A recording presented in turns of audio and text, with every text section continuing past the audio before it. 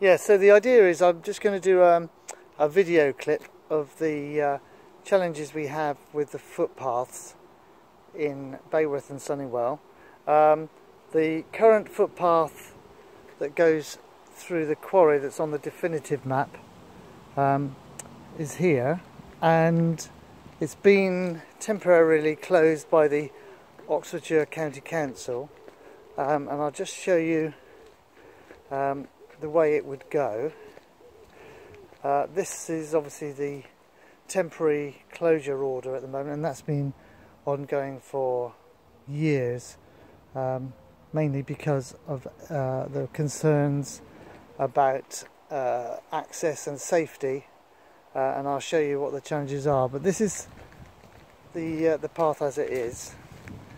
On the right here is sort of like a yard where a gardening company hires, and so they've got vans coming in and out. This is actually the coal yard. Again, at certain times of the year very busy, so that's one of the concerns with lorries coming in and out. And then we go down through the quarry, and I'll show you what the challenges are when we get a bit closer to the bank.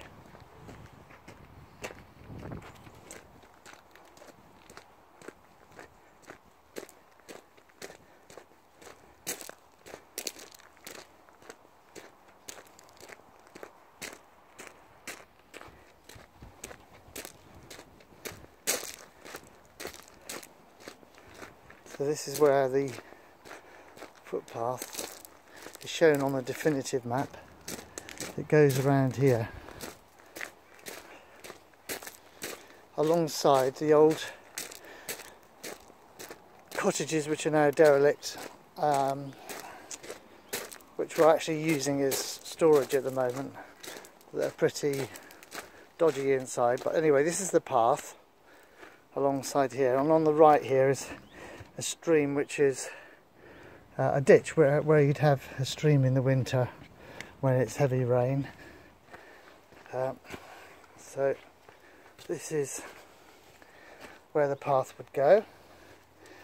On the right hand side is where I live, and that's our patio. This is again the ditch on the right hand side. Now the path, that's a waterfall that happens at certain times of heavy rain. Actually it's normally in the spring when it starts to flow, sort of March, April time. And then anyway, the footpath would go up here and up there. So this is about 4 or 5 feet, possibly more actually, and the challenge for the county council is to put some kind of structure in there that we're happy with, doesn't look too onerous, and that can get people up and down safely to the field. And I'll just pause this for a moment as I clamber up the bank. So this is looking down the bank from the field direction, and then if we turn around, we can see that the footpath would go alongside these bushes on the left hand side, and I'll just take you up the field so that you can see the route. Now one of the objections to moving the footpath to the other side of the field is apparently that there will be a loss of amenity value for the public. And they say that at the top of the field you should be able to see over towards Didcot Power Station, and they say that's the reason why they would say this is a loss of amenity value, which I think personally is a red herring, because I've walked up this path and all you can see is these bushes. There's no view at all. All you can see is bushes. So let me just take you up the field.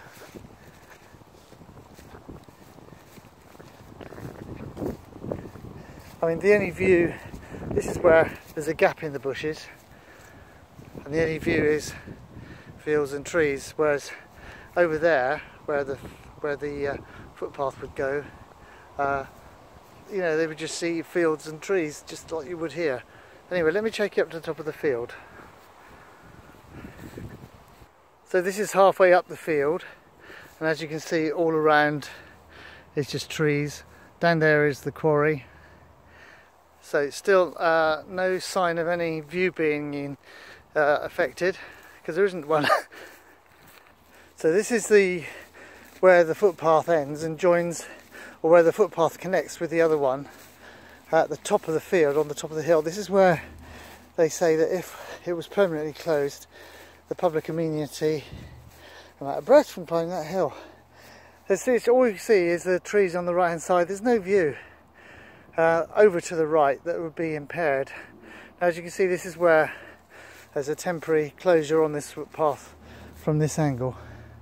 Now, what the farmer or the landowner here is suggesting is that we move the footpath, or the footpath, a new footpath is created at the bottom as we close this one. And so this is an existing footpath that goes to the mobile home park, and down there and alongside that hedgerow would be a new footpath. So let's just go and take a look at the amenity value to the public should the footpath be moved down there. So we're just coming up to the footpath that leads into the mobile home park.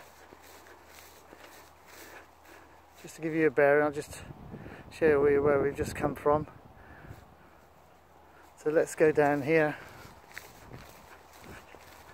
a little way and walk adjacent to where the landowner is suggesting he put the footpath should we close the quarry footpath.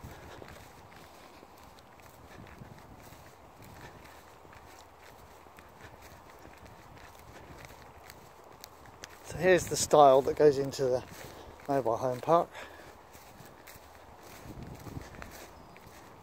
And so we walk along here. This is the proposed new route, and what the landowner is promising is a 3-metre wide path that runs alongside this hedge on the left and the fence. And actually that's what you would see in terms of views from this direction at the moment. And in fact, soon you'll be able to have a view over Wallingford Way, Didcot Power Station Way, which was not possible if you were up behind those trees over there. So this is the footpath suggestion, proposal alongside here, and I'll walk up to where they're suggesting it should go on, join onto the road.